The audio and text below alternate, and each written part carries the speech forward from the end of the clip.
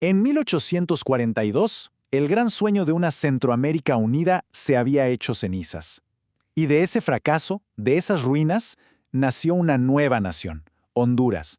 Pero su comienzo, la verdad, no fue para nada una celebración. Fue más bien una lucha desesperada por sobrevivir. Vamos a ver cómo fueron esos primeros y turbulentos años de la República. La fecha clave aquí es el 15 de septiembre de 1842. Ese día, el fusilamiento de Francisco Morazán le puso un punto final a un capítulo, y con él enterró para siempre la idea de una sola patria centroamericana. Para Honduras, esto significó el inicio de un camino en solitario, un camino lleno pero lleno de incertidumbre y de retos gigantescos. Y claro, esto nos lleva a una pregunta inevitable. ¿Qué pasa cuando una nación nace así, de las cenizas de un sueño que no pudo ser? Honduras ahora era independiente, sí, pero era una independencia que llegaba en medio de una inestabilidad política tremenda, una crisis económica brutal y, para colmo, bajo la mirada atenta de las grandes potencias mundiales. El primer, y quizás el mayor de todos los obstáculos, era uno muy simple: el dinero, o para ser más precisos, la absoluta falta de él. La recién nacida república tenía, como se dice, los bolsillos vacíos y una lista de problemas que parecía interminable. Para que nos hagamos una idea de la vulnerabilidad económica, más de la mitad, más del 50% de todos los ingresos del Estado venían de solo dos lugares: los puertos de Omoa y Trujillo. Esta dependencia, por supuesto, dejaba al país en una posición increíblemente frágil. El gobierno, desesperado por conseguir fondos, se vio atrapado en un verdadero círculo vicioso. Necesitaba dinero para la seguridad y ¿qué hacía? Le imponía préstamos forzosos a los comerciantes. Lógicamente, esto paralizaba la economía. Y una economía paralizada, pues, significa que los ingresos del Estado caen todavía más. Era una espiral descendente que parecía no tener fin. Pero el caos financiero no terminaba ahí. Para nada. A todo esto hay que sumarle que Honduras heredó la deuda de la Federación, que no tenía una moneda estable y que, por si fuera poco, el país estaba inundado de dinero falso. Si a esa mezcla le añadimos un sistema de impuestos anticuado y una escasez de alimentos que provocaba desnutrición, bueno, el panorama era realmente desolador. Y la economía de exportación, pues, casi no existía. Se vendían algunos productos como la zarzaparrilla o el añil, pero en cantidades muy pequeñas. Y para rematar, ese poquito de comercio lo controlaban unos cuantos extranjeros. O sea, el beneficio que le quedaba a la nueva nación era mínimo. Mientras Honduras libraba esta batalla por su supervivencia económica, tenía otro frente abierto, un desafío monumental: definir y, sobre todo, defender su territorio en medio de un juego de imperios. En este tablero geopolítico había dos jugadores principales.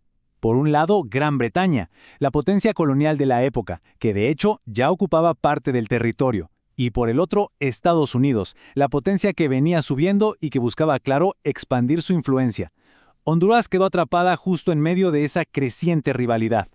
El epicentro de esta disputa era un territorio llamado La Mosquitia, un lugar que Honduras reclamaba como suyo, pero que en la práctica estaba ocupado por los británicos, quienes gobernaban a través de unos líderes locales que llamaban los Reyes Moscos. Era una lucha directa por la soberanía nacional. Lograr consolidar las fronteras fue una batalla larga y muy tensa. Hubo un tratado en 1842 que reconocía el reclamo hondureño, pero la respuesta de Gran Bretaña fue ocupar los puertos clave en 1849. El equilibrio de poder empezó a cambiar en 1850 con un tratado entre Estados Unidos y el Reino Unido. Y finalmente, en 1859, el Tratado Huayque-Cruz aseguró la devolución de las islas de la Bahía a Honduras. Ese fue, sin duda, un paso gigante para la joven nación.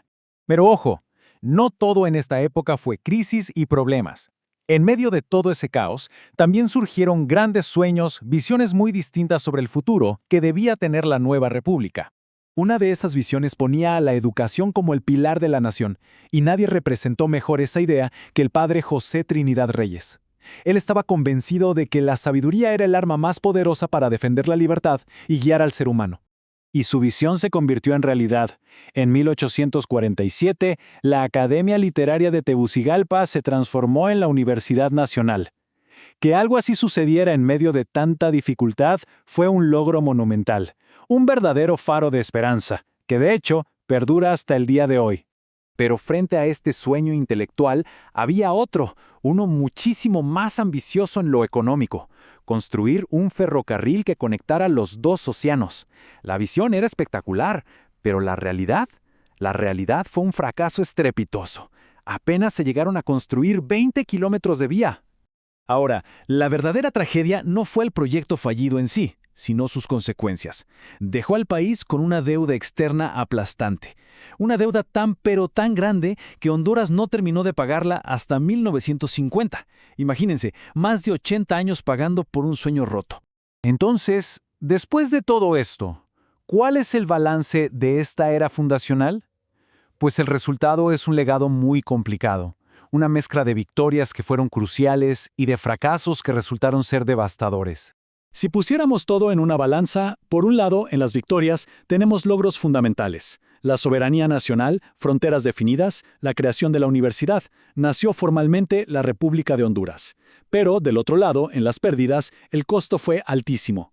Una deuda externa que paralizó al país y una inestabilidad que dejó la puerta abierta a la intervención extranjera durante décadas. Y todo esto nos lleva a una última reflexión. Al ver los sacrificios, los logros y las deudas de estos primeros años, es inevitable hacerse la pregunta: ¿cuál es el verdadero costo de la independencia de una nación? La historia de Honduras en este periodo sugiere que a veces ese precio es inmensamente alto.